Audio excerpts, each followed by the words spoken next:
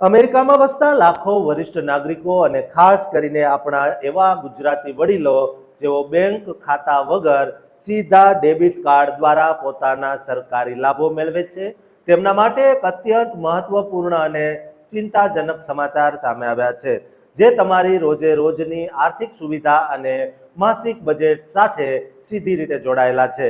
US department of ટ્રેઝરીના bureau of the fiscal service દ્વારા social security અને direct express debit card પ્રોગ્રામને લઈને એક બહુ જ મોટી અને ઐતિહાસિક ફેરફાર કરવામાં આવ્યો છે.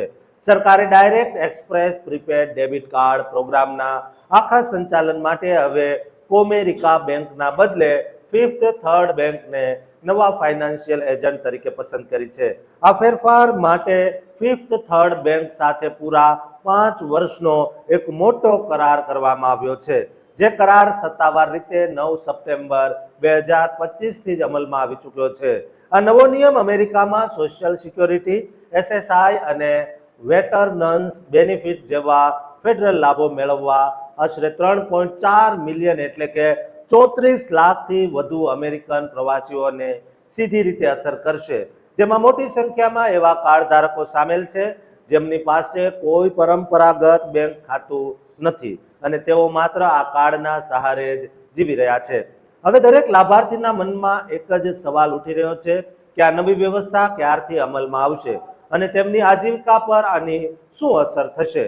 તો તમને જણાવી દઈએ કે નવા એનરોલમેન્ટ એટલે કે જેઓ નવા કાર્ડ કઢાવવા માંગે છે તેમના માટે મે 2026ના ચાલુ મહિનાથી જ આ નવી બેંકની પ્રક્રિયા શરૂ કરી દેવામાં આવી છે, જ્યારે જૂના કાર્ડ ધારકો માટે આ ટ્રાન્ઝિશન એટલે કે બદલાવની પ્રક્રિયા સમર 2026 એટલે કે ઉનાળાના દિવસોથી શરૂ કરવામાં આવશે, જે 2026ના અંત સુધીમાં અથવા તો વર્ષ 2027ની શરૂઆતમાં સંપૂર્ણપણે પૂર્ણ કરી દેવાશે. ત્યાં સુધી જૂના કોમેરિકા બેંકના કાર્ડ વાપરનારા તમામ લોકોએ ગભરાવાની જરૂર નથી અને તેમણે પોતાના હાલનું કાર્ડ ચાલુ રાખવાનું છે. જ્યાં સુધી તમને નવું ફિફ્થ થર્ડ બેંકનું કાર્ડ ન મળે ત્યાં સુધી તમારું જૂનું કાર્ડ એક્ટિવ રહેશે. આ સમય દરમિયાન દરેક કાર્ડ ધારકે એક બહુ જ મહત્વનું કામ કરવાનું છે કે સરકારી રેકોર્ડમાં પોતાનું વર્તમાન સરનામું બિલકુલ અપડેટ રાખવું પડશે, જેથી નવી નીતિઓની સૂચનાઓ અને નવું ડેબિટ કાર્ડ તમારા ઘરે સમયસર કોઈ પણ અવરોધ વગર પહોંચી શકે. ત્યાં સુધી તમારે હાલની એપ અને કાર્ડનો ઉપયોગ બેધડક ચાલુ રાખવાનો છે. નવું કાર્ડ મળ્યા પછી ફિફ્થ થર્ડ બેંકની એક અલગ નવી એપ ડાઉનલોડ કરવાની રહેશે. રાહતની વાત એ છે કે આ ફેરફારથી તમારી કોઈ પણ ફી કે સર્વિસમાં તાત્કાલિક કોઈ મોટો બદલાવ આવવાનો નથી અને તમને પહેલાની જેમ જ સમાન સેવાઓ મળતી રહેશે. આ નવી સુવ્યવસ્થાથી લાભાર્થીઓને વધુ સારી સુરક્ષા અને ડિજિટલ વિકલ્પો જેવા કે વર્ચ્યુઅલ કાર્ડ, કાર્ડલેસ એટીએમ અને ડિજિટલ વોલેટની આધુનિક સુવિધાઓ મળી શકે છે.